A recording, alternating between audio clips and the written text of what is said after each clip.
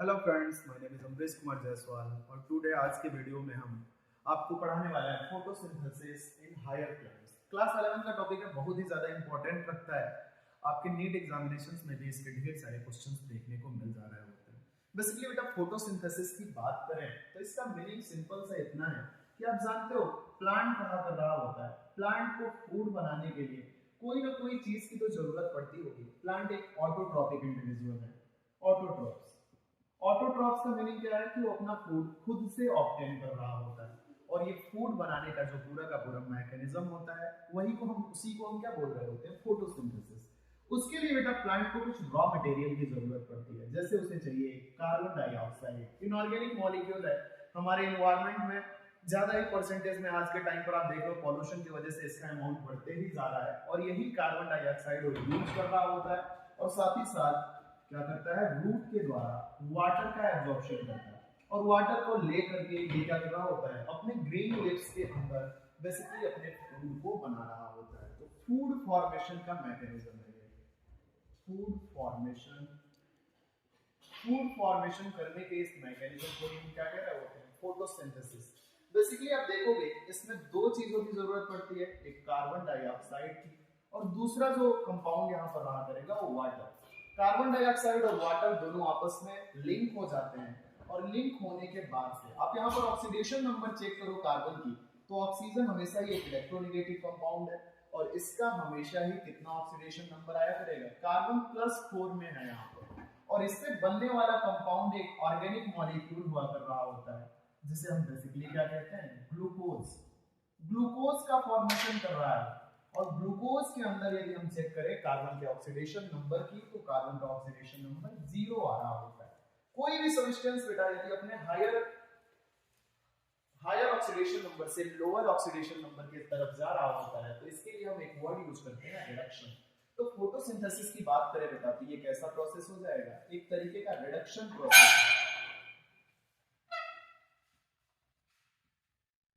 एक तरीके का रिडक्टिव प्रोसेस है। रिडक्टिव प्रोसेस होने के साथ साथ इसके यहाँ पर क्या देखने को मिल रहा है, आप देखो छोटे छोटे मॉलिक्यूल, लोअर मॉलिक्यूलर वेट जिसका कार्बन डाइऑक्साइड का मॉलिक्यूलर वेट 44 है, वाटर का मॉलिक्यूलर वेट 18 है, और ये दोनों मिलकर के हायर मॉलिक्यूलर वेट के कंपाउंड का फॉर्मेशन कर रहे हैं, जिसका मॉलिक्यूलर वेट कितना होता है, 180 हुआ कर रहा होता है। तो इसके अंदर क्या हो रहा है बेटा, कोई ना कोई चीज तो क्या हो रही है, सिंथेसाइज हो रही है, लोअर मॉलिक्यूल जुड़ करके हायर चीज कंपाउंड्स का फॉर्मेशन कर रहे हैं।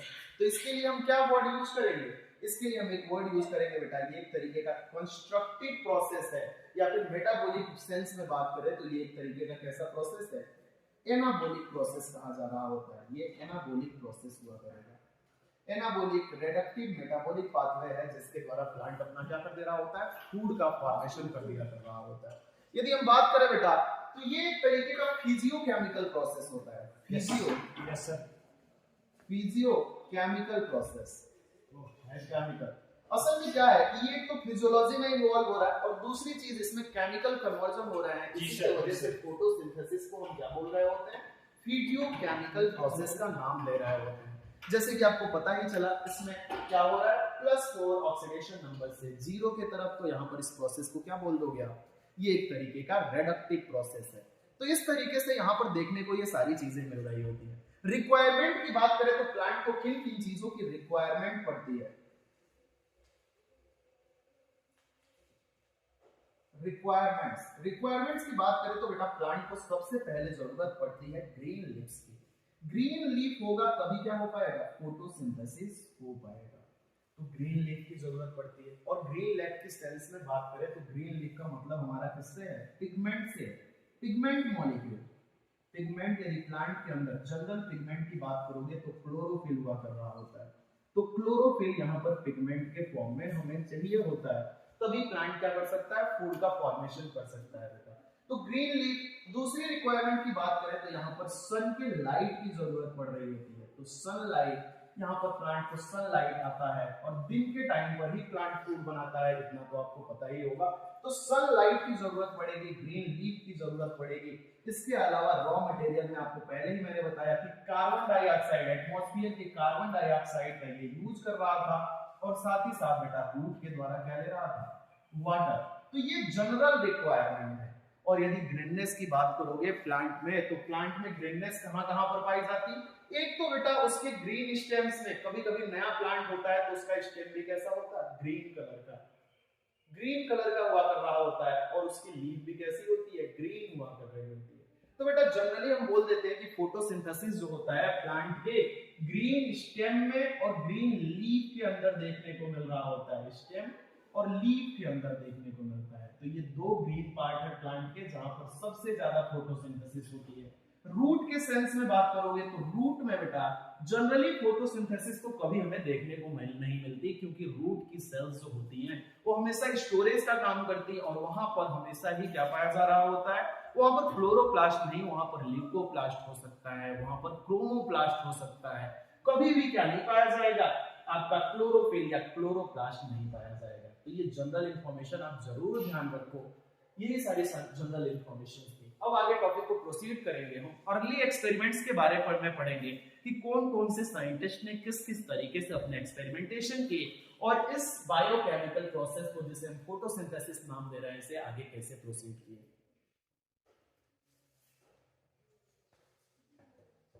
हाँ, तो एक्सपेरिमेंट की बात कर रहे थे। एक्सपेरिमेंट के केस में सबसे पहले जो एक्सपेरिमेंट इस चीज को प्रूव करने के लिए आया था, उस एक्सपेरिमेंट को हम कहते हैं von hall half leaf experiment. इस एक्सपेरिमेंट के हिसाब से देखा जाए तो इन्होंने क्या किया बेटा, एक टेस्ट ट्यूब लिया। टेस्ट ट्यूब को लेने के बाद इन्होंने टेस्ट ट्यूब के अंदर थोड़ा सा होल कर दिया, और होल करके बेटा एक प्लांट की लीफ को ला करके इसके अंदर इन्होंने ऐड कर दिया। यहाँ पर एक हम प्लांट बना लेते हैं, ये प्लांट हो जाएगा हमारा। इस प्लांट को इन्होंने क्या कर दिया, यहीं पर ले जा करके इसकी लीव्स को इसके अंदर इन्वेसिनेट करा दिया। बेसिकली यदि लीफ को देखा जाए तो मैं लीफ को थोड़ा ऐसे ड्रॉ कर लेता हूं। तो ये लीफ को ले जा करके इसके अंदर इंट्रोड्यूस कर दिया। जब लीफ को इन्होंने ले जा करके इसके अंदर इंट्रोड्यूस कर दिया, तो आप जानते हो सनलाइट की जरूरत पड़ रही होती है लीफ को, कार्बन डाइऑक्साइड की जरूरत पड़ती है, तब जाकर के अपना फूड का फॉर्मेशन कर रहा होता है। तो यहाँ पर दो चीजें हमने देखने को मिली। यहाँ पर जब इन्होंने इस एक्सपेरिमेंटेशन को स्टार्ट किया तो इस टेस्ट ट्यूब के अंदर एक सॉल्यूशन भर लिया था जो पोटेशियम हाइड्रोक्साइड का सॉल्यूशन था। और आपको केमिस्ट्री में पढ़ाया जा रहा होता है पोटेशियम हाइड्रोक्साइड एक ऐसा मॉलिक्यूल है जो बेसिकली किसके साथ रिएक्शन करता है? कार्बन डाइऑक्साइड के साथ रिएक्शन कर लेता है। तो इस क्लोज टेस्ट ट्यूब के अंदर जो भी कार्बन डाइऑक्साइड पहले से था, या लीफ के द्वारा रेस्पिरेटरी पाथवे से जो भी कार्बन डाइऑक्साइड निकाला गया, उस कार्बन डाइऑक्साइड को ये KOH क्या कर लेता था? एब्जॉर्ब कर लेता था। वहीं पर जो दूसरा पार्ट था, दूसरा पार्ट इन्वायरमेंट में एक्सपोज्ड पार्ट था, तो एक्सपोज्ड पार्ट वाले को प्रॉपर अमाउंट में कार्बन डाइऑक्साइड भी मिल पा रहा था, और कार्बन डाइऑक्साइड एटमॉस्फेयर का वो डायरेक्टली यूज रिलीज कर पा रहा था। लेकिन एक हिस्सा जो टेस्ट ट्यूब के अंदर है, देखिए दोनों एक्सपेरिमेंट्स को, दोनों कुछ चीजों को हम बाहर शो कर देते हैं। क्या हो रहा था एक्सपोज पार्ट में, और क्या हो रहा था जो लीफ अंदर थी, leaf inside the test tube, leaf inside the tube, tube के जो अंदर लीफ थी और जो लीफ बाहर थी outside test tube, outside test tube. Test tube के जो बाहर थी उसके अंदर क्या हो रहा था, और जो टेस्ट ट्यूब के अंदर था बेटा, टेस्ट ट्यूब के जो अंदर था उसके लिए कार्बन डाइऑक्साइड अवेलेबल नहीं था, कार्बन डाइऑक्साइड नहीं मिल पा रहा था। दूसरी तरफ जो टेस्ट ट्यूब के बाहर थे उसे कार्बन डाइऑक्साइड मिल पा रहा था। तो कार्बन डाइऑक्साइड जब मिलेगा तब जाकर के वो लीफ का पार्ट क्या कर पाएगा? ग्लूकोज का फॉर्मेशन कर पाएगा। फोटोसिंथेसिस के सिंपल वे में चेक करो आप तो। और जहां पर कार्बन डाइऑक्साइड नहीं मिल रहा था वहां पर ग्लूकोज क्या होगा? बनेगा या नहीं बनेगा? वहां पर बेटा ग्लूकोज नहीं बन पाएगा। जब ग्लूकोज नहीं बनेगा तो उस एरिया के अंदर फूड बन ही नहीं रहा है, वो फोटोसिंथेसिस नहीं शो कर पा रहा है। तो इसको आगे चल करके चेक कर कैसे किया कि ग्लूकोज बन रहा है या नहीं बन रहा है। इसको चेक करने के लिए उन्होंने I2 टेस्ट किया, बेसिकली आयोडीन टेस्ट किया। आपको छोटे क्लासेस में पढ़ाया जा रहा होता है आयोडीन जो होता है, आयोडीन के टेस्ट को हम स्टार्च टेस्ट कहते हैं। स्टार्च टेस्ट मतलब जहां पर स्टार्च प्रेजेंट रहेगा वहां पर टेस्ट पॉजिटिव कहा जाएगा, जहां पर स्टार्च नहीं अवेलेबल रहेगा उसे हम नेगेटिव कहेंगे। तो बेटा यहाँ पर स्टार्च या ग्लूकोज का फॉर्मेशन नहीं हो रहा था, तो यहाँ पर टेस्ट भी कैसा आया होगा? नेगेटिव आया होगा। यहाँ पर टेस्ट कैसा आएगा? पॉजिटिव आएगा। यहाँ पर टेस्ट नेगेटिव, और यहाँ पर नीचे कैसा आ जाएगा? पॉजिटिव। नीचे पॉजिटिव टेस्ट आया था मतलब जब उन्होंने आयोडीन सॉल्यूशन लीफ के इस बाहर वाले एक्सपोज्ड एरिया में गिराए थे तो इनका कलर कैसा हो गया था, ब्लूइश ब्लैकिश कलर हो गया था। ये लीफ के अंदर फोटोसिंथेसिस हो रहा है, यदि I2 टेस्ट आप करोगे तो ये कैसा दिखने लगेगा, ब्लू ब्लैक कलर का दिखने लगेगा। तो पॉजिटिव टेस्ट दिया, साथ ही साथ कैसा दिखना शुरू हो गया, ब्लू एंड ब्लैक कलर का। तो इससे हमें ये पता चला बेटा कि हमें फोटोसिंथेसिस यदि करानी है तो फोटोसिंथेसिस की रिक्वायरमेंट हमें पूरी करनी पड़ेगी, हमें सनलाइट देना पड़ेगा, और सनलाइट मिलने के बाद भी एक और कंपाउंड हमें उसे देना पड़ता है, कार्बन डाइऑक्साइड, तभी जाकर के फोटोसिंथेसिस हो पाएगा। तो हमें इससे इंटरफेरेंस क्या मिला, इसका रिजल्ट हमें क्या मिला, रिजल्ट को हम नोट कर लेते हैं। रिजल्ट इससे हमें ये मिला कि इन्फ्रेंस हमें मिला कि ग्रीन एरिया जो होता है प्लांट का वो फोटोसिंथेसिस शो करता है। इन्फ्रेंस में नोट करोगे आप बेटा कि green area of plant showing दिखा रहा होता है, क्या दिखा रहा होता है, फोटोसिंथेसिस। फोटोसिंथेसिस केवल और केवल कहां पर होगा, ग्रीन एरिया में हमें देखने को मिलेगा। एक्सपेरिमेंट में जो दूसरा साइंटिस्ट आता है बेटा प्रिस्टले वेलजार एक्सपेरिमेंट। प्रिस्टले वो साइंटिस्ट था बेटा जिसने सबसे पहली बार एक्सपेरिमेंटेशन किया, और इसी के द्वारा बेटा हमारी जो ये जीवन देने वाली गैस कही जा रही होती है, बेसिकली जिसे हम क्या कह रहे होते हैं, O2 गैस, ऑक्सीजन गैस की डिस्कवरी करने का काम किया था किसने, प्रिस्टले नाम के साइंटिस्ट ने किया हुआ था, इसकी डिस्कवरी किया उन्होंने। साथ ही साथ इन्होंने एक वेल जार एक्सपेरिमेंट किया। इस जार की रिक्वायरमेंट या इस एक्सपेरिमेंट के लिए रिक्वायरमेंट होता है, इस एक्सपेरिमेंट को आप खुद से घर पर भी कर सकते हो। रिक्वायरमेंट में आपको जरूरत पड़ती है सबसे पहले तो एक जार की, इस तरीके के बेल शेप के जार की जरूरत पड़ेगी, और इस जार के अंदर उन्होंने बेटा एक बर्निंग कैंडल लिया था। सबसे पहले हमें जार चाहिए, जार के अलावा क्या चाहिए, कैंडल चाहिए, कैंडल। इसके अलावा उन्होंने माइस लिया होगा, माइस के अलावा उन्होंने एक मिंट प्लांट लिया था, मिंट प्लांट। और वो बताना चाहते थे कि बेटा प्लांट जो होते हैं वो हमारे एयर की क्वालिटी को रिस्टोर करने में हेल्प कर रहे होते हैं, और इन सारी चीजों को उन्होंने ऐड किया और चेक करने की कोशिश की है कि कब प्लांट जो होगा उसको रिस्टोर करेगा एयर क्वालिटी को और कब नहीं करेगा। तो मान लेते हैं बेटा हम दो कंडीशंस को एक बार बेल जार के अंदर सेटअप करते हैं। एक बार हम कैंडल ले लेते हैं, बर्निंग कैंडल, एक कैंडल में ड्रॉ कर देता हूं यहाँ पे, ये कैंडल, और कैंडल को हम लाइट अप कर देते हैं, कैंडल को हम जला देते हैं, बर्निंग कैंडल हो गया।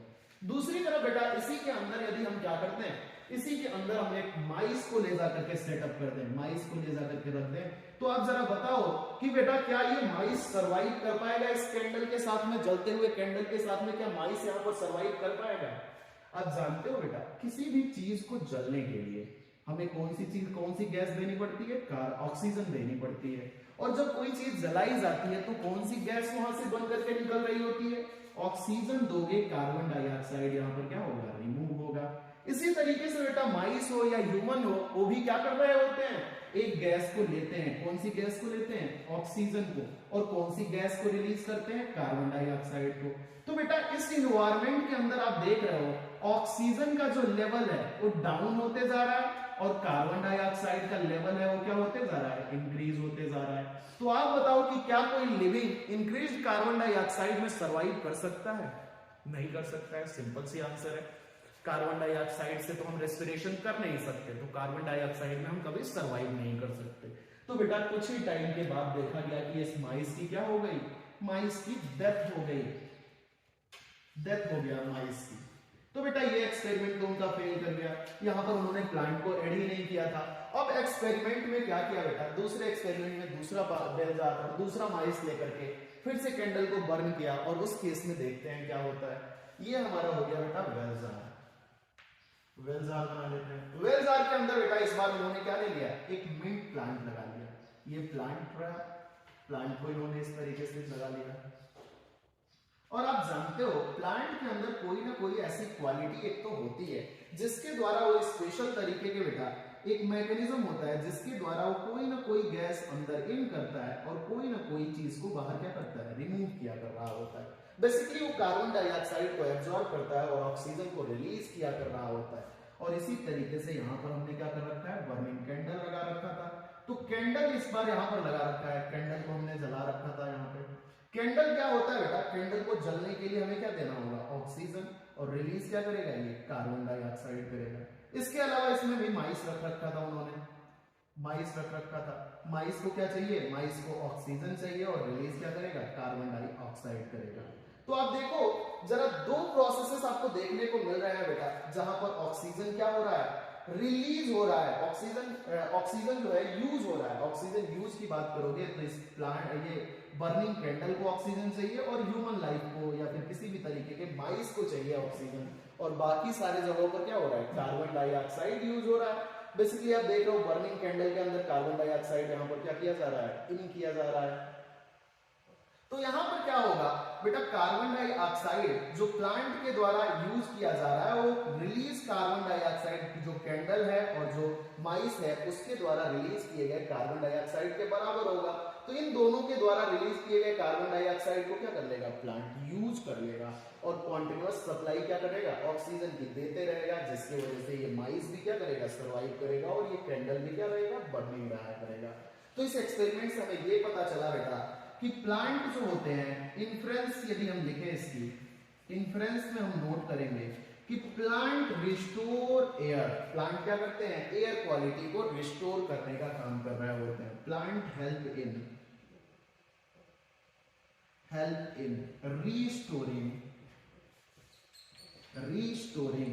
ऑफ एयर क्वालिटी, एयर की क्वालिटी को क्या करते हैं, रिस्टोर किया कर रहे होते हैं।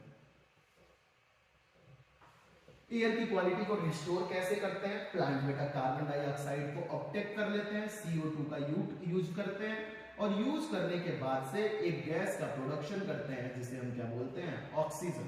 तो ऑक्सीजन गैस का ये प्रोडक्शन कर दिया करेगा। तो यहां पर बेटा ये दूसरा एक्सपेरिमेंट प्रिस्टले का ओवर हुआ। एक्सपेरिमेंट है जॉन इन्जनहॉज का। जॉन इन्जनहॉज बेटा वही जो बेंज और प्रिस्टले का एक्सपेरिमेंट किया गया था उसी एक्सपेरिमेंट को आगे प्रोसीड करने की कोशिश की है, लेकिन इन्होंने बेटा प्लांट को चेंज कर दिया। पहले जो प्लांट लिया गया था वो मिंट प्लांट था, लेकिन इन्होंने जो प्लांट लिया वो हाइड्रिला था बेटा, हाइड्रिला प्लांट को लिया। और हाइड्रिला प्लांट आप जानते हो कहां पर पाया जाता है, एक्वेटिक होता है क्या, वाटर में पाया जा रहा होता है।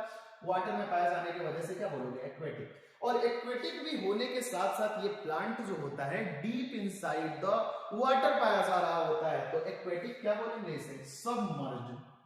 एक्वेटिक सबमर्ज्ड हुआ कर रहा होता है। ये एक्वेटिक सबमर्ज्ड प्लांट क्या करता है बेटा, दिन के टाइम पर यदि बात करोगे तो दिन के टाइम पर बेसिकली इन्होंने जब एक्सपेरिमेंट किया और अपने एक्सपेरिमेंट को बेटा इस तरीके के एक एक्वेरियम ले लिया और इस एक्वेरियम के उन्होंने हाइड्रिला प्लांट को ग्रो करा रखा था। हाइड्रिला प्लांट को जब ग्रो करा रखा था, हम एक्वेटिक एनवायरनमेंट में ऑब्जर्वेशन कर रहे थे, तो एक बार उन्होंने एक्सपेरिमेंट को नाइट में ऑब्जर्व किया और एक बार एक्सपेरिमेंट को उन्होंने डे में ऑब्जर्व किया। एक्सपेरिमेंट को कब ऑब्जर्व किया, डे में ऑब्जर्व किया। डे में जो ऑब्जर्व किया, हाइड्रिला प्लांट को चेक करना शुरू किया बेटा, तो हाइड्रिला प्लांट क्या कर रहे थे, दिन के टाइम पर और रात के टाइम पर किस तरीके के बिहेवियर शो कर रहे थे, उन्हें क्या क्या देखने को मिले, इसे देखते हैं जरा। यहाँ पर भी वाटर को इन्होंने फिल कर लिया था और यहाँ पर भी क्या कर रखा था, वाटर को फिल कर रखा था। दोनों ही इक्वेरियम है तो वाटर से भरा रहेगा और वहां पर हाइड्रिला प्लांट को लगा दिया था। जब बेटा नाइट का टाइम था तो नाइट के टाइम पर बेटा उनको ऑब्जर्वेशन में कुछ भी चेंज देखने को नहीं मिला, लेकिन दिन के टाइम पर जब वो ऑब्जर्वेशन कर रहे थे तो दिन के टाइम पर आप जानते हो सन की लाइट आ रही होती है और बेटा जो वाटर के अंदर डिसॉल्व कार्बन डाइऑक्साइड होता है, डिसॉल्व CO2 होता है, प्लांट इस डिसॉल्व CO2 का यूज कर रहा होता है और यूज करने के बाद से इस प्लांट के चारों तरफ इस तरीके के छोटे छोटे हमें क्या देखने को मिल रहे थे, बबल्स देखने को मिल रहे थे। इन्हें बबल्स देखने को मिले, बबल्स देखने को मिले, बबल्स ऑफ ऑक्सीजन। बेसिकली ये बबल किसके थे, ऑक्सीजन के बने हुए थे, तो ऑक्सीजन के बबल्स उनको देखने को मिले दिन के टाइम पर। तो इससे इन्होंने ये रिजल्ट दिया बेटा कि बेसिकली जो प्लांट होते हैं वो केवल और केवल रात में कभी फूड नहीं बनाते, कब केवल फूड बना रहे होते हैं, दिन के टाइम पर अपना फूड फॉर्मेशन करते हैं और फूड प्रोड्यूस करने के दौरान कौन सी गैस को रिलीज करते हैं, ऑक्सीजन को रिलीज कर रहे होते हैं। तो आप इंफ्रेंस में नोट कर सकते हो, plant produces O2 in day along with with formation of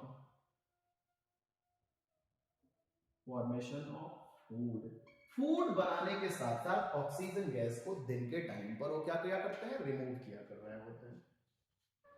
अगला एक्सपेरिमेंट आता है टी.डब्ल्यू. एंगलमैन के द्वारा किया गया एक्सपेरिमेंट। एंगलमैन ने जो एक्सपेरिमेंट किया था उसके लिए जो रिक्वायरमेंट सबसे पहले होती है, एक तो लाइट सोर्स की पड़ती है। लाइट सोर्स के अलावा हमें प्रिज्म की जरूरत पड़ रही होती है। प्रिज्म के बाद से आप आगे की चीजों को यहाँ पर ऑब्जर्व करो। जैसे ही बेटा लाइट सोर्स के द्वारा व्हाइट लाइट का प्रोडक्शन किया जाता है, व्हाइट लाइट का प्रोडक्शन किया जाएगा, ये व्हाइट लाइट आगे चल करके जैसे ही प्रिज्म पर जाकर के गिरेगी, प्रिज्म क्या करता है, प्रिज्म आप जानते हो बेटा स्प्लिटिंग ऑफ व्हाइट लाइट कर देगा यहाँ पर, और ये व्हाइट लाइट जो हमें देखने को मिल रही थी बेसिकली ये कलर में अपने जो डाइवर्स कलर होती है उस कलर में जाकर के डिवाइड हो जा रही होती है। सबसे नीचे आपको वायलेट मिलता है, फिर इंडिगो, फिर आपको ब्लू कलर की लाइट मिल रही होती है, फिर ग्रीन कलर की, फिर येलो कलर और ऑरेंज, और सबसे ऊपर आपको देखने को मिलता है क्या, रेड कलर की लाइट। बेसिकली रेनबो में भी यही सारे कलर हमें देखने को मिल रहे होते हैं। तो रेनबो के जैसे ये व्हाइट लाइट क्या हो जा रही है, अपने अपने कलर के स्पेक्ट्रम के हिसाब से, वेवलेंथ के हिसाब से डाइवर्स हो जा रही होती है। बेसिकली आप जनरली पढ़ रहे होते होता है व्हाइट लाइट जो होता है वो 300 नैनोमीटर से लेकर के 700 नैनोमीटर तक के लाइट स्पेक्ट्रम का क्या कर रहा होता है, सोर्स होता है। इसके अंदर ये विजिबल स्पेक्ट्रम कहा जा रहा होता है, और ये विजिबल लाइट्स हैं जो डाइवर्स होकर के यहाँ पर आ रहे हैं। तो ये क्या हुआ बेटा, इन्होंने अपने एक्सपेरिमेंटेशन के दौरान इस लाइट को ले जा करके बेटा एक बड़ा सा ट्यूब बनाया था, और इस ट्यूब के अंदर उन्होंने एक ग्रीन एल्गा को लगा रखा था। ग्रीन एल्गा का नाम था बेटा बेसिकली क्लैडोफोरा। क्लैडोफोरा नाम के ग्रीन एल्गा को, इस तरीके का फिलामेंटस एल्गा होता है, उसे उन्होंने रख रखा था। ये ग्रीन एल्गा आप जानते ही हो बेटा एक तरीके का प्लांट है, इसके पास क्लोरोफिल मॉलिक्यूल है। ये भी क्या करेगा, फोटोसिंथेसिस तो करेगा। साथ ही साथ क्या किया उन्होंने बेटा इस एक्सपेरिमेंट में एरोबिक बैक्टीरिया को ऐड कर दिया। एरोबिक बैक्टीरिया, डिफरेंट टाइप के बैक्टीरिया आपको पढ़ा रखा हूं। एरोबिक बैक्टीरिया आप जानते ही हो, एरोबिक बैक्टीरिया को क्या कर दिया इन्होंने, ऐड कर दिया। जैसे बेटा इस एक्सपेरिमेंट में उन्होंने एरोबिक बैक्टीरिया को ऐड किया, एरोबिक बैक्टीरिया क्या हो गया बेटा, पूरे के पूरे टेस्ट ट्यूब में फैल गए और अपना क्या करने लगे, बाइनरी विजन भी करने लगे, अपने नंबर को बढ़ाने लगे। लेकिन बेटा इनका सबसे ज्यादा जो नंबर देखने को मिला एक्सपेरिमेंट के दौरान, बेसिकली ये एरोबिक बैक्टीरिया बेटा दो कलर में सबसे ज्यादा देखने को मिल रहे थे। एक तो रेड कलर के लाइट के सामने बेटा इस एरोबिक बैक्टीरिया का नंबर जो है वो बहुत ही तेजी से बढ़ रहा था। दूसरा जो था बेटा, जहां पर कौन सी लाइट देखने को मिल रही थी, ब्लू कलर की लाइट। रेड और ब्लू लाइट के सामने इन बैक्टीरिया ने अपना प्रोडक्शन क्या किया था, ज्यादा किया था।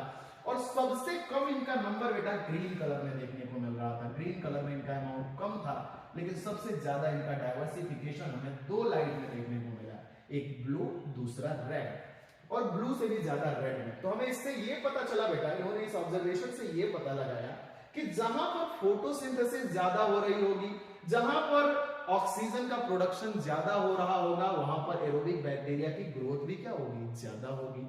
इसीलिए बेटा रेड कलर में एरोबिक बैक्टीरिया का नंबर क्या हो जा रहा है, इंक्रीज कर जा रहा है। दूसरी तरफ आप देख रहे हो जहां पर क्या हो रहा है कि लाइट मिल ही नहीं रही है, ग्रीन लाइट आ रही है, फोटोसिंथेसिस क्या हो जाएगा, वहां पर कम हो जाएगा, ऑक्सीजन का इवोल्यूशन क्या हो जाएगा, कम हो जाएगा। तो बैक्टीरिया को कम ऑक्सीजन मिलेगा तो डिवीजन कम करेगा, और जब डिवीजन कम करेगा तो वहां पर क्या हो जाएगा, नंबर भी कम देखने को मिलेगा। तो यदि इनके इन्फ्रेंस या रिजल्ट की बात करें बेटा, इन्फ्रेंस की बात करें तो इनके एक्सपेरिमेंट से हमें ये पता चला बेटा कि जनरली जो फोटोसिंथेसिस होता है, फोटोसिंथेसिस जनरली या maximally occur in blue and red light. Photosynthesis maximum occurs in red and blue light, and minimally या मिनिमम सबसे कहां पर देखने को मिल रहा है, मिनिमम अमाउंट कहां पर है, तो ग्रीन कलर में देखने को मिल रहा होता है। तो ग्रीन कलर में हमें ये सबसे कम अमाउंट में देखने को मिलेगा। इसी चीज को इन्होंने आगे कंटिन्यू किया और पहली बार बेटा ऐसे साइंटिस्ट बने जिन्होंने एक ग्राफ बनाया, एक्शन स्पेक्ट्रम ग्राफ बनाया। इस एक्शन स्पेक्ट्रम ग्राफ के तरफ ग्राफ में क्या किया गया, इस तरीके का एक ग्राफ बनाया था, जहां पर बेटा रेट ऑफ फोटोसिंथेसिस को इन्होंने शो किया, रेट ऑफ फोटोसिंथेसिस, और दूसरी तरफ यहां पर लाइट की वेवलेंथ लैम्डा का इंक्रीजिंग ऑर्डर दिखाया। तो आपको पता होता है बेटा कि जो रेड लाइट होती है उसका जो वेवलेंथ होता है अप्रोक्सीमेटली 700 के आसपास होता है। ग्रीन लाइट की वेवलेंथ की बात करूं बेटा तो 555 हुआ कर रहा होता है, और उससे भी कम लाइट हमें देखने को मिलता है ब्लू लाइट में। तो ब्लू लाइट का स्पेक्ट्रम कुछ 500 होता है। तो इसी चीज को हम शो कर देते हैं, यहाँ पर लैम्डा 400 रख देते हैं, आगे 5, आगे 500 के बाद से 600, फिर आगे हम 700 कर देते हैं। तो आप बताओ जरा कहां पर हमें ग्राफ उठा हुआ दिखेगा, या फिर कहां पर फोटोसिंथेसिस ज्यादा होती हुई हमें दिखेगी। जैसे कि एक्सपेरिमेंट के हिसाब से बताया गया बेटा कि जो लाइट है एक तो 500 के आसपास में और दूसरी कहां पर 700 के आसपास में। तो यहां पर स्पेक्ट्रम का जो ग्राफ आता है वो ऐसे आता है, दो पीक हमें देखने को मिलते हैं। एक पीक हमें कहां पर देखने को मिलेगा, जहां पर ब्लू लाइट का स्पेक्ट्रम हमें मिल रहा होगा। ब्लू लाइट हमें कितने पर मिलता है, अप्रोक्सीमेटली 500, ये ब्लू लाइट का पीक हो गया, और दूसरा किसका पीक है, रेड लाइट का। और सबसे कम पीक किसका देखने को मिल रहा है, ग्रीन लाइट का पीक हमें देखने को मिल रहा है। तो ये ऑब्जर्वेशन इन्होंने पहली बार दिया बेटा, और इसी को उन्होंने नाम दिया action spectrum, action spectrum, action spectrum. Action spectrum क्या शो करता है कि कौन सी लाइट में फोटोसिंथेसिस ज्यादा, कौन सी लाइट में कम होती है। ज्यादा होती है ब्लू और रेड में, सबसे कम होती है ग्रीन कलर में। तो ये रहा एक्शन स्पेक्ट्रम। आगे चलकर के साइंटिस्टों ने एक्सपेरिमेंट किया बेटा, तो देखने को मिला कि जो TW एंगलमैन ने बहुत पहले बताया था वो बात बिल्कुल सही थी। वो बेसिकली क्लोरोफिल ए के और क्लोरोफिल बी का जो एब्जॉर्प्शन स्पेक्ट्रम था उसके एकदम सिमिलर थी। ये सिमिलर देखने को मिलेगी, सिमिलर देखने को मिलेगी एब्जॉर्प्शन स्पेक्ट्रम के, absorption spectrum of chlorophyll a and chlorophyll b. Chlorophyll b मतलब क्लोरोफिल ए और क्लोरोफिल कितना लाइट एब्जॉर्ब करते हैं, उस स्पेक्ट्रम में भी देखा गया कि वो ब्लू कलर की लाइट को, रेड कलर की लाइट को ज्यादा एब्जॉर्ब करते हैं, ग्रीन कलर की लाइट को कम एब्जॉर्ब करते हैं।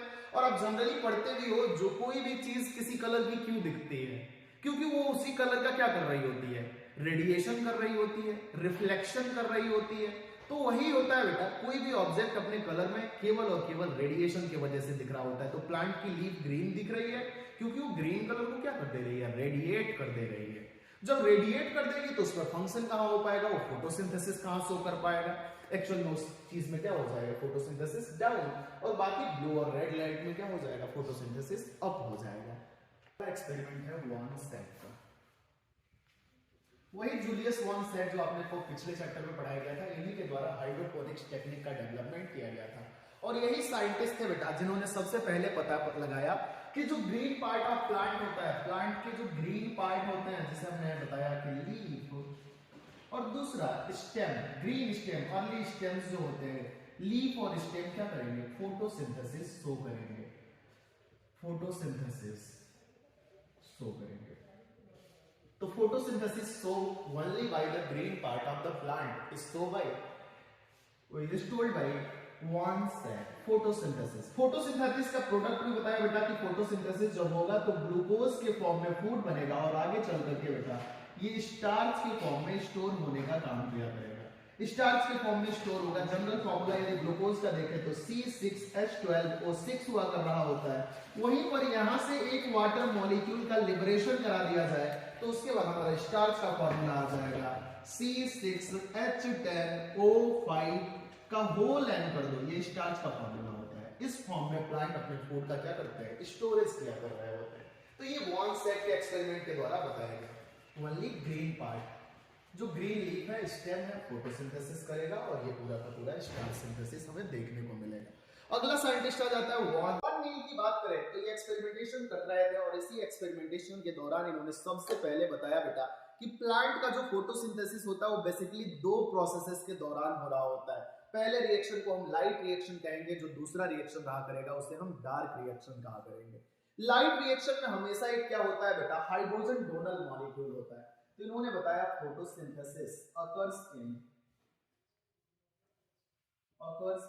2 स्टेप्स। स्टेप्स के नाम भी बता देता हूं मैं। पहले स्टेप्स को हम क्या करेंगे, लाइट रिएक्शन। लाइट रिएक्शन के दौरान इन्होंने बताया बेटा कि कोई कंपाउंड X रहता है, ये कंपाउंड हमेशा किसी हाइड्रोजन डोनर से रिएक्शन करता है। डोनर से रिएक्शन करेगा और डोनर से रिएक्शन करने के बाद ये हाइड्रोजन डोनर क्या करेगा, इसे अपना हाइड्रोजन दे देगा। जब हाइड्रोजन इसे मिलेगा बेटा तो ये कंपाउंड किसमें बदल जाएगा, HX में चेंज हो जाएगा। HX बेटा अगले रिएक्शन के लिए रेड्यूसिंग एजेंट के जैसे काम करता है और साथ ही साथ हाइड्रोजन डोनर यहां से क्या हो जाएगा, लिबरेट हो जाएगा। हाइड्रोजन डोनर लिबरेट हो गया और इसके बाद से क्या होगा, हाइड्रोजन डोनर बेटा जो भी सब्सटेंस अपने पास रखा होता है वही लिबरेट होता है यहां पर। यदि बेटा हाइड्रोजन डोनर हम क्या रख दें, हाइड्रोजन डोनर यदि वाटर रख दें तो लिबरेटेड मॉलिक्यूल ऑक्सीजन होगा। यदि वाटर के जगह पर हम क्या रख दें, वाटर के जगह पर बेटा यदि H2S रख देते हैं या H2SO4 रख देते हैं तो लिबरेटेड मॉलिक्यूल सल्फर और सल्फेट हुआ कर रहे होते हैं। इन्हीं के बेसिस पर बेटा हम फोटोसिंथेसिस करने वाले इंडिविजुअल को 2 कैटेगरीज में डिवाइड कर रहे होते हैं।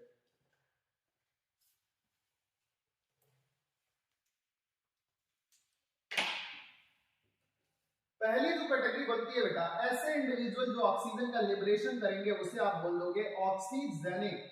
फोटोसिंथेसिस के दौरान यदि ऑक्सीजन का लिबरेशन हो रहा है तो उसे ऑक्सीजेनिक कह दोगे। और दूसरे ऐसे इंडिविजुअल जो फोटोसिंथेसिस के लाइट रिएक्शन में हाइड्रोजन डोनर जो होता है, यदि H2S होता है, H2SO4 होता तो लिबरेशन ऑक्सीजन का नहीं सल्फर और सल्फेट का होता, तो ऐसे इंडिविजुअल को क्या कह दोगे आप, एनऑक्सीजेनिक मॉलिक्यूल कह दोगे। ऑक्सीजेनिक और एनऑक्सीजेनिक दो तरीके के इंडिविजुअल देख रहे होते हैं। यहां से नीट में बेटा, नीट 2019 में क्वेश्चन आया था, 15 में क्वेश्चन आपको देखने को मिला था। यहां से क्वेश्चन आते रहते हैं, ध्यान रखिएगा। ये पहला रिएक्शन हो गया। दूसरा रिएक्शन हमारा कौन सा रिएक्शन है, डार्क रिएक्शन। डार्क रिएक्शन बेटा हमेशा आपको ध्यान रखना है, कार्बन डाइऑक्साइड जो होगा अपने आप को रिड्यूस करेगा C6H12O6 में, और रिड्यूस करने के लिए कोई ना कोई तो यहाँ पर हाइड्रोजन डोनर होना चाहिए। वो हाइड्रोजन डोनर बेटा, ये हाइड्रेटेड कंपाउंड हमेशा हाइड्रोजन डोनर के जैसे काम करता है, और जब हाइड्रोजन लेता है तो +4 ऑक्सीडेशन नंबर से ये 0 में चला जाता है। ये कंपाउंड अपना क्या कर लेता है, रिडक्शन कर लिया कर रहा होता है। तो ये यहाँ पर रिडक्शन का मैकेनिज्म देखने को मिलेगा। और जो HX बना हुआ है, बेसिकली यदि बात करें बेटा, यदि हायर इंडिविजुअल की, प्लांट जैसे इंडिविजुअल की, तो ये NADH के फॉर्म में रहा करता है। NADH होता है जो यहाँ पर ये हाइड्रोजन लेने का काम करता है, और ये लिबरेटेड मॉलिक्यूल था। लिबरेशन किसके फॉर्म में हो रहा था, ये हाइड्रोजन डोनर था। तो ये पूरा का पूरा एक्सपेरिमेंट बेसिकली किसके द्वारा किया गया, नील बोर के द्वारा किया गया। बात बस इतनी है कि उन्होंने बताया कि लाइट रिएक्शन में हाइड्रोजन डोनर जो होगा वो क्या करेगा, हाइड्रोजन को डोनेट करेगा और एक क्या बनाएगा, हाइड्रेटेड कंपाउंड, और वो हाइड्रेटेड कंपाउंड डार्क रिएक्शन के प्रोडक्ट को रिड्यूस करने में हेल्प किया जाएगा। तो ये बेसिक फिनोमिना था, बेसिक रिएक्शन था। किसके द्वारा बताया गया, वॉन नील नाम के साइंटिस्ट के द्वारा बताया गया। एक्सपेरिमेंटेशन को और आगे बढ़ाते हैं, और इसके बाद से आ जा रहा होता है, यहाँ पर हमने जो चीजें देखी थी, एक बार हम एग्जाम्पल जरा देख लेते हैं। ऑक्सीजन की बात करें बेटा तो पूरा का पूरा प्लांट किंगडम, पूरे के पूरा जो प्लांट किंगडम है बेसिकली वो कैसा होते हैं, ऑक्सीजेनिक हुआ कर रहे होते हैं, पूरे के पूरे प्लांट किंगडम। इसके अलावा आप साइनोबैक्टीरिया की बात करते हो, प्रोटिस्टा की बात करते हो, वो भी क्या होते हैं, इसी तरीके के इंडिविजुअल होते हैं जो अपने फोटोसिंथेसिस के दौरान क्या कर रहे होते हैं, ऑक्सीजन का लिबरेशन। तो उन्हें ऑक्सीजन याद रखोगे, 3 एग्जांपल है, बहुत इजी है, प्लांट किंगडम, साइनोबैक्टीरिया और प्रोटिस्टा। इसके बाद से जो दूसरा इंडिविजुअल आ रहा है एनऑक्सीजेनिक, जिसे हम कह रहे हैं एनऑक्सीजेनिक में केवल बेटा बैक्टीरिया के नाम आपको याद रखने की जरूरत पड़ती है। एनऑक्सीजेनिक में आता है एरोबिक बैक्टीरिया, या फिर सीधे सीधे आप बात कर लो तो बैक्टीरिया यहाँ पर हमें देखने को मिल रहे होते हैं। बेसिकली आप याद करते हो पर्पल ग्रीन सल्फर बैक्टीरिया और पर्पल ब्लू सल्फर बैक्टीरिया। ये पर्पल बैक्टीरिया यहाँ पर एग्जांपल होते हैं जो एनऑक्सीजेनिक होते हैं, और बेसिकली उनका जो बाई प्रोडक्ट होता है, बाई प्रोडक्ट किस फॉर्म में रहा करेगा, सल्फेट और सल्फर के फॉर्म में हमें देखने को मिल रहा होता था। तो अभी तक के टॉपिक में मैंने डिस्कस किया बेटा जो भी एक्सपेरिमेंट फोटोसिंथेसिस से रिलेटेड थे। आगे के टॉपिक के अंदर हम देखने वाले हैं कि ये लाइट रिएक्शन कैसे होती है और दूसरी जो रिएक्शन है डार्क रिएक्शन, ये किस तरीके से प्रोसीड करती है। तो इसके प्रोसेसेस को हम समझने वाले हैं। ओके, हाँ, तो अगला टॉपिक हमारा यहाँ से स्टार्ट हो जाता है, लोकेशन ऑफ फोटोसिंथेसिस। फोटोसिंथेसिस आपको पता तो इतना तो चल ही चुका है कि फोटोसिंथेसिस किसके अंदर होने वाली प्रक्रिया है, ग्रीन प्लांट्स। ग्रीन प्लांट्स में होता है और ग्रीन प्लांट में बेटा रिस्ट्रिक्शन था कि प्लांट के ग्रीन पार्ट होना, ग्रीन भी पार्ट जो होता है वो लोकेटेड, मिनिमम पार्ट जो होते हैं प्लांट के अंदर ग्रीन रहते हैं। और बेसिकली ये कौन से पार्ट होते हैं, ये हुआ करता है बेटा ग्रीन रीजन में आप बात करोगे तो ग्रीन स्टेम होती है, दूसरी चीज क्या होती है, लीफ देखने को मिल रही होती है। और इसके अंदर जो लीफ इस सब ग्रीन पार्ट को या क्लोरोप्लास्ट को कंटेन करने वाली सेल होती है, बेसिकली उस सेल का नाम क्या है, मीजोफिल सेल्स। मीजोफिल सेल्स होती हैं, उन्हीं सेल्स के अंदर क्लोरोप्लास्ट होते हैं और उस क्लोरोप्लास्ट के द्वारा ही ये सारी प्रक्रियाएं हो रही होती हैं। तो आपको लोकेशन ध्यान रखना है, मीजोफिल सेल्स के अंदर जो बेसिकली क्या हुआ करेगा, क्लोरोप्लास्ट होते हैं। यदि क्लोरोप्लास्ट के नंबर बात करें बेटा, यदि एक मीजोफिल सेल हमारे पास है तो उसके अंदर क्लोरोप्लास्ट जो होता है 15 से 20 क्लोरोप्लास्ट देखने को मिलते हैं, क्लोरोप्लास्ट देखने को मिलेंगे।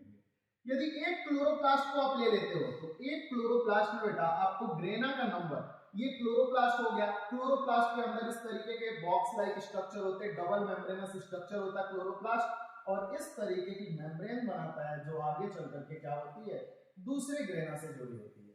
तो बेसिकली ये एक क्लोरोप्लास्ट है, क्लोरोप्लास्ट के अंदर क्या पाया जा रहा है, ग्रेना पाया जा रहा है, या फिर सीधे सीधे बोलोगे तो थैलेक्वाइड्स पाए जा रहे हैं। इन ग्रेनम के नंबर बात करोगे एक क्लोरोप्लास्ट में तो ये 40 से 50 हुआ करते हैं। इनका नंबर कितना होगा, 40 से लेकर के 50 ग्रेना मॉलिक्यूल्स पाया जाएगा। और हर एक ग्रेना में, यदि एक ग्रेना की बात करूं तो एक ग्रेना के अंदर थैलेक्वाइड का नंबर भी देखा जाए तो थैलेक्वाइड का नंबर 20 से 30 हुआ कर रहा होता है। 20 से लेकर के 30 से 40 आप याद कर सकते हो। इसके अंदर क्या पाया जाएगा, थैलेक्वाइड मेम्ब्रेन या थैलेक्वाइड पाए जाएंगे। ये हो गया बेटा आपका थैलेक्वाइड। ये कॉइन लाइक स्ट्रक्चर जो आप इसके अंदर देख रहे हो वही क्या है, थैलेक्वाइड। और थैलेक्वाइड से बना हुआ ये पूरा का पूरा जो पिलर लाइक चीज देखने को मिल रहा है, ये क्या है, ग्रेना। ग्रेना। और दूसरी चीज बेटा इसके लिए अब एक वर्ड हम देते हैं, ये भी बेसिकली एक थैलेक्वाइड है जो दो ग्रेना को जोड़ने को काम कर रहा होता है। इसका नाम हम क्या रख देते हैं, लैमिला रख देते हैं, लैमिला, या स्ट्रोमा थैलेक्वाइड रख देते हैं, स्ट्रोमल थैलेक्वाइड। थैलेक्वाइड कुछ बुक पढ़ोगे तो वहां पर आपको स्ट्रोमल थैलेक्वाइड देखने को मिलेगा, जनरली एनसीईआरटी में आपको लैमिला ही देखने को मिलने वाला है। बाकी इसके अंदर जो भी फ्लूइड भरा रहेगा बेटा, फ्लूइड में क्या होते हैं, डिफरेंट टाइप के अदर एंजाइम्स भरे होते हैं, और इस फ्लूइड के लिए जो वर्ड यूज किया जाता है उस फ्लूइड का नाम क्या हो जाता है, स्ट्रोमा। अब बात करेंगे बेटा कौन से लोकेशन पे लाइट रिएक्शन होती है, कौन से लोकेशन पे डार्क रिएक्शन होती है, किस तरीके से सारे प्रोसेसेस हो रहे होते हैं।